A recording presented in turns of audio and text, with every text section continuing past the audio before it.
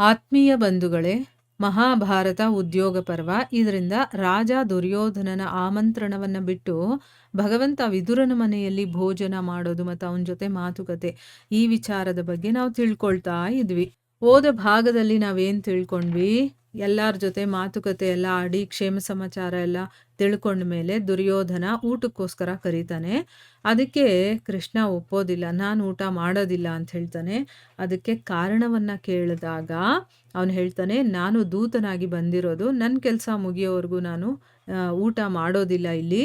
ಅದಲ್ಲದೆ ನೀನು ಅಧರ್ಮದ ಹಾದಿಯಲ್ಲಿ ನಡೀತಾ ಇದೆಯಾ, ಪಾಂಡವರು ಧರ್ಮಿಷ್ಠರು, ಅವ್ರಿಗೆ ಮೋಸ ಮಾಡಬೇಡ ನೀನು, ಆದರೆ ನೀನು ಕೇಳೋದಿಲ್ಲ ಅಂತ ನನಗೆ ಗೊತ್ತು.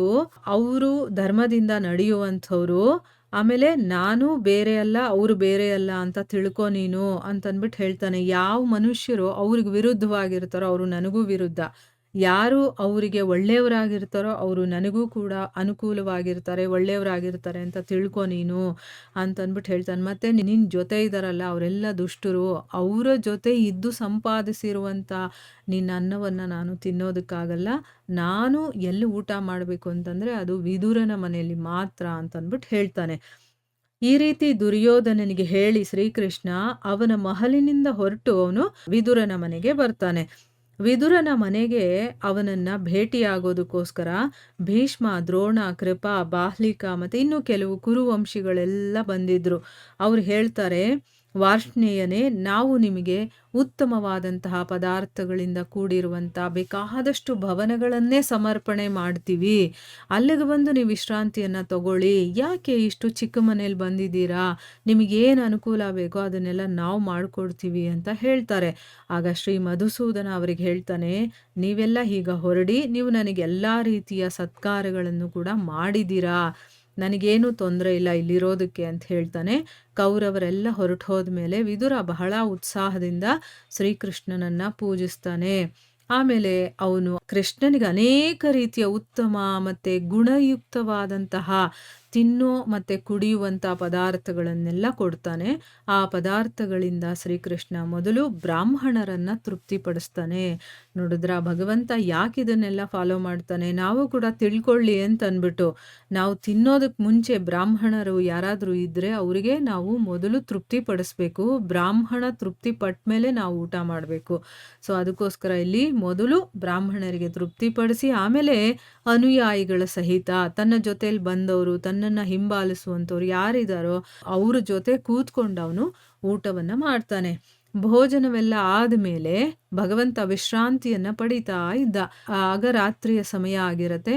ಆಗ ವಿದುರ ಏನು ಮಾಡ್ತಾನೆ, ಅವನಿಗೆ ಹೇಳ್ತಾನೆ, ಕೇಶವನೇ, ನೀವು ಇಲ್ಲಿಗೆ ಬಂದಿದ್ದೀರಲ್ಲ, ಈ ರೀತಿ ಮಾಡಿದ್ದು ಸರಿಯಲ್ಲ ಅಂತಂದ್ಬಿಟ್ಟು ಹೇಳ್ತಾನೆ. ಅಂದರೆ ತನ್ನ ಮನಸ್ಸಲ್ಲಿರುವಂಥ ಮಾತನ್ನು ಈಗ ಭಗವಂತನ ಮುಂದೆ ಹೇಳ್ತಿದ್ದಾನೆ. ನೋಡಿ, ಬಂದಿದ ತಕ್ಷಣ ಹೇಳಲಿಲ್ಲ ಅವನು, ಮೊದಲು ಬಂದಿದ್ದಾನಲ್ಲ ಅವನಿಗೇನು ಗೌರವ ಕೊಡಬೇಕು, ಅವನಿಗೆ ಸತ್ಕಾರ ಮಾಡಬೇಕು. ಅತಿಥಿಗಳು ಅಂದಮೇಲೆ ಮೊದಲು ಅವರಿಗೆ ಸತ್ಕಾರಗಳನ್ನು ಮಾಡಬೇಕು, ಅದು ನಮ್ಮ ಕರ್ತವ್ಯ.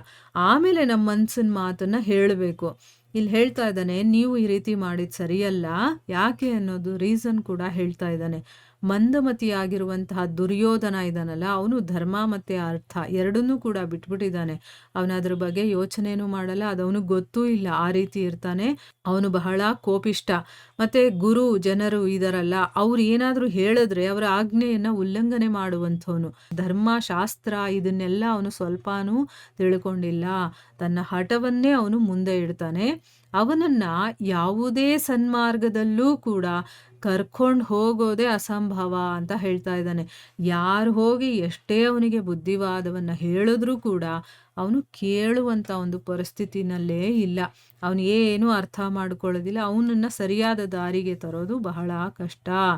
ಅವನು ವಿಷಯಗಳ ಹುಳು ಅಂತಂದ್ರೆ ಏನು, ಈ ಐಹಿಕ ಪ್ರಪಂಚದಲ್ಲಿ ಏನೇನಿದೆಯೋ ಅದು ಬೇಕು ಬೇಕು ಬೇಕು ಅಂತ ಆಸೆ ಪಡುವಂಥವನು, ಮತ್ತು ತನ್ನನ್ನು ತಾನು ಬಹಳ ಬುದ್ಧಿವಂತ ಅಂತ ತಿಳ್ಕೊಂಡಿರುವಂಥವನು, ಆಮೇಲೆ ಮಿತ್ರರಿಗೆ ದ್ರೋಹವನ್ನು ಮಾಡುವಂಥವನು, ಆಮೇಲೆ ಎಲ್ಲರನ್ನೂ ಕೂಡ ತುಂಬ ಶಂಕೆಯ ದೃಷ್ಟಿಯಿಂದ ಅಂತಂದ್ರೇನು, ಅನುಮಾನದ ದೃಷ್ಟಿಯಿಂದ ನೋಡುವಂಥವನು, ಮತ್ತೆ ಕೃತಜ್ಞ.